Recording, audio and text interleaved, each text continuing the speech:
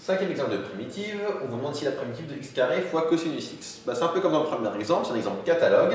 C'est de la forme un polynôme fois un cosinus, et la primitive, pour trouver la primitive d'un polynôme fois un cosinus, on va faire une intégration par partie, on va même être plus précis. Comme là j'ai un polynôme de degré 2, il va falloir que je fasse deux intégrations par partie. Alors qu'est-ce qu'on dérive? Le polynôme pour pouvoir diminuer son degré, donc lui je l'appelle u, et lui je l'appelle v' pour pouvoir faire une primitive de lui. Dans le projet, je ne veux pas de prime, donc quand je ne veux pas de prime, le u je le laisse, et je ne veux pas de prime, ça veut dire que je passe de v' à v. Je veux donc une primitive de cos. Une primitive de cosinus x, c'est sinus x. Moins intégrale de u', v. U', ça va être dérivé de x au carré, c'est 2x. Et primitive de cos x, je viens de la calculer, c'est sinus x. dx. Égal, on poursuit, donc là ça va donner, je peux retirer le crochet dans un calcul de primitive, moins, je refais l'intégration par partie, où lui je l'appelle donc u pour en dériver à nouveau, et lui je l'appelle v' pour en faire une primitive.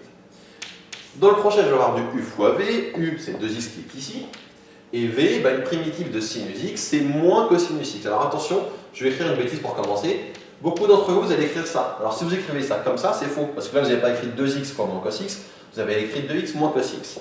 Une solution, c'est de mettre des parenthèses, là c'est juste, et la solution que je vous conseille et que moi je ferai, c'est quand vous avez un moins, vous le mettez devant, c'est-à-dire une primitive de sinus x, c'est moins, que je mets ici, cosinus x. Vous mettez devant le produit de terme, comme ça vous ne gourrez pas.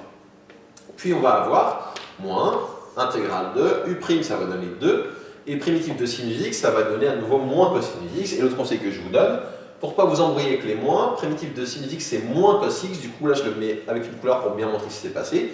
Le moins est devenu un plus, parce que dans la primitive du sin, j'ai un moins qui sort. Et du coup ça va me donner ici 2 cosinus x dx. Vous n'êtes pas obligé de changer direct, on peut mettre 2 fois moins cos x, ou mettre le moins 2 ici, mais je vous conseille de le faire pour après ne pas vous embrouiller avec des moins qui seraient partout et que vous pourriez oublier. Moi en tout cas je préfère faire comme ça, et je mettrai en général un plus avec de la couleur pour vous montrer que qu'il y a eu ce changement-là. On poursuit, donc maintenant on trouve ici du x carré sinus x, moins et moins plus de x cosinus x, moins et plus moins, et donc moins une primitive de 2 cosinus x. Une primitive de 2 cosinus x, c'est 2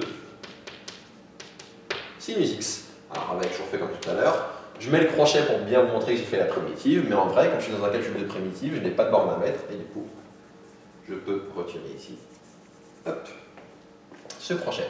Et on a terminé le calcul d'une primitive de x carré fois cosinus x.